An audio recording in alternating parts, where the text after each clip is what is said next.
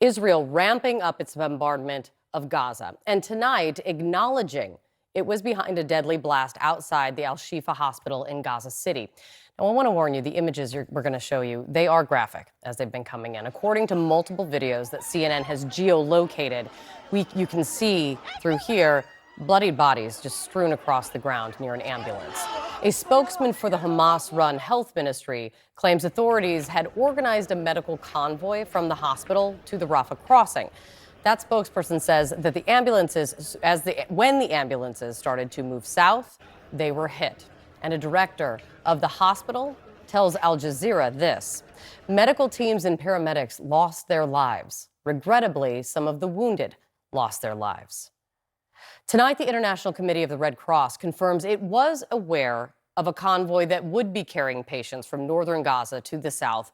But according to the Israeli military, it struck an ambulance that was being used by Hamas. Here's the quote from the IDF. An IDF aircraft struck an ambulance that was identified by forces as being used by a Hamas terrorist cell in close proximity to their position in the battle zone. A number of Hamas terrorist operatives were killed in the strike.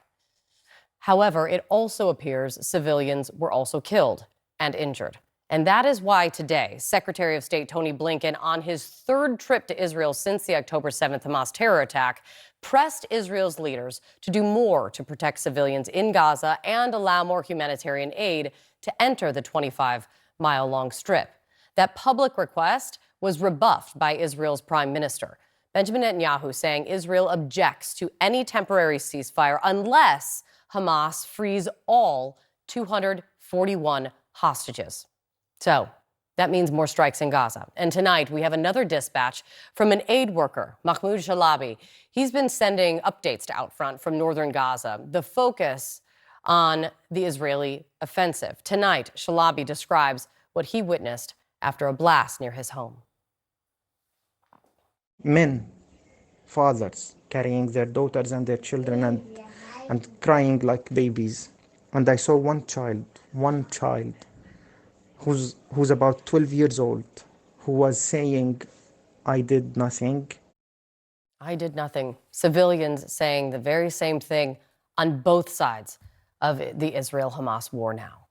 Jeremy Diamond is out front live along the Israel-Gaza border for us. Melissa Bell is in Cairo, Egypt. I want to start with Jeremy. Jeremy, what more are you hearing about this strike on an ambulance in Gaza City? Well, Kate, first of all, I mean, you saw those images, scenes of absolute devastation outside Al-Shifa hospital, where this convoy of ambulances was apparently heading south. Palestinian health authorities say that this convoy of ambulances was carrying wounded individuals who were heading to the Rafah crossing with Egypt in order to get those wounded individuals evacuated. As we have seen over the last several days, some wounded have been allowed to leave into Egypt. But Israel paints a very different picture here, Kate.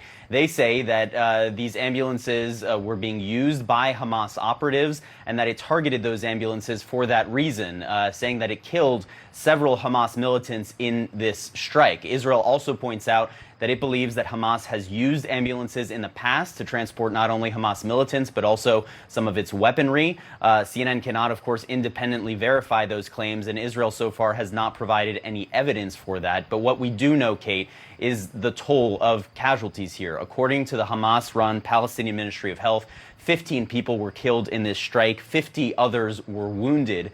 The Palestinian Ministry of Health, again, says that injured people were being carried in these ambulances. It also says that it requested the International Red Cross to accompany the convoy.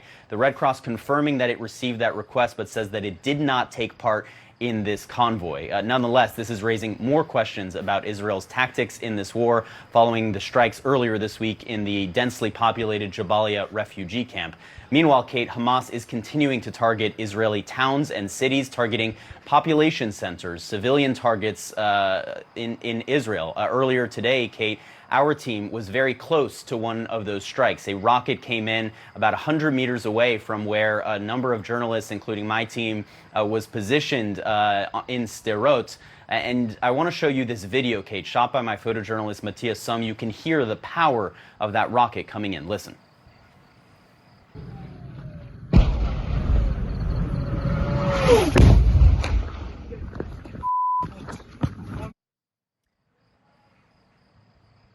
And Kate, following that strike, we were actually able to see the crater where that rocket made impact. It damaged several vehicles. It actually landed, at least one of those two rockets landed in the courtyard of a kindergarten. There were no children, of course, there at the time. School has been closed in Sderot for the time being. But obviously, as you know, Kate, the Iron Dome missile defense system takes out the overwhelming majority of these rockets, but it does not take them all out. Kate. Jeremy, thank you so much, Jeremy Diamond in Israel for us. Out front with me now, Lieutenant Colonel Jonathan Conricus. He's the international spokesman for the IDF. Thank you so much for coming on. What more can you tell us about the strikes on the ambulance? Why did you strike so near a hospital? Hi, thank you for having me. There's fighting ongoing. We are at war against Hamas in northern Gaza and all over Gaza, but focusing on the northern Gaza Strip. Our forces saw terrorists using ambulances as a vehicle to move around.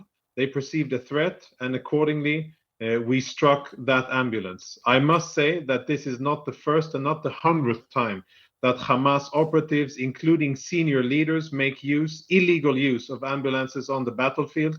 They use them as their taxis in order to get from one place to another, specifically seniors. And it is not the first time. They did it in 2014. They're doing it again. And we are well within our legal rights according to the laws of armed conflict once they use it and we perceive it as a threat to attack it. Who, in that strike, who was taken out? I mean, were they high-level operatives within Hamas? Do you have the names of who was taken out or who was being targeted? No, this wasn't a targeted killing of someone. This was during combat. Our troops saw that they were using the ambulance and trying to either escape or attack using that, and that is why they were struck. Hopefully, we'll be able to provide intelligence and more footage and information about it. But we have other information which we're also able to show and have shared with CNN and others of how ambulances have been seen, and we have caught it on camera. Ambulances have been seen in Hamas locations, Hamas camps, where they are next to the locations of the headquarters, and they are used not to transport wounded, but in order to get senior and other commanders from one place to another without the risk of being followed or attacked by the IDF. The numbers from the Hamas-run Ministry of Health coming out are 15 killed, and I think it was 50 wounded. There's no distinction in those numbers of who was civilian and who was, connected with Hamas. Do you know? A combatant or a terrorist, yes. It's okay to say those words. Do you know? I know. I see a lot of pictures of young men. I don't see weapons. Maybe they were conveniently hidden before TV crews came there for this whole orchestrated event. But bottom line, we know that there were Hamas operatives there. I don't have the finite number, but I am certain that there were Hamas activist terrorists there who were trying to use an ambulance in order to facilitate their movement while fighting was ongoing. Colonel, earlier today, I spoke with an American politician who supports Israel's right to defend itself. He's also on the Armed Services Committee, and he says that the bombing of innocent civilians needs to stop. And the way he said it is today, and here's what he said to me. He said, I don't think if you're using hundreds of civilians as a human shield, meaning Hamas, and you have one terrorist, that justifies a bombing. Why not go about this in a more surgical way?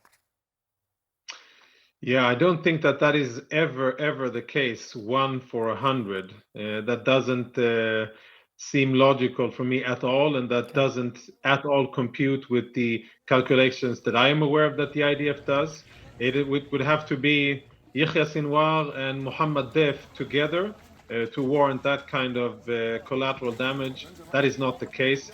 The sad reality is that we have asked civilians to evacuate, including in the pictures that you're showing from different areas in Gaza. We have asked them to evacuate because we know that Hamas is trying to use them as their human shields. We know that it will be dangerous, and we have told them this isn't a safe place to be. Go south. Those that have stayed have done it at their own agency, which is regrettable. I'm sure that some have been forced to stay by Hamas, which is appalling and a war crime. preventing civilians to flee to safety by Hamas is an active war crime, which they should be criticized and called out for doing. And I don't think that the focus should be on what Israel is doing in order to defend ourselves.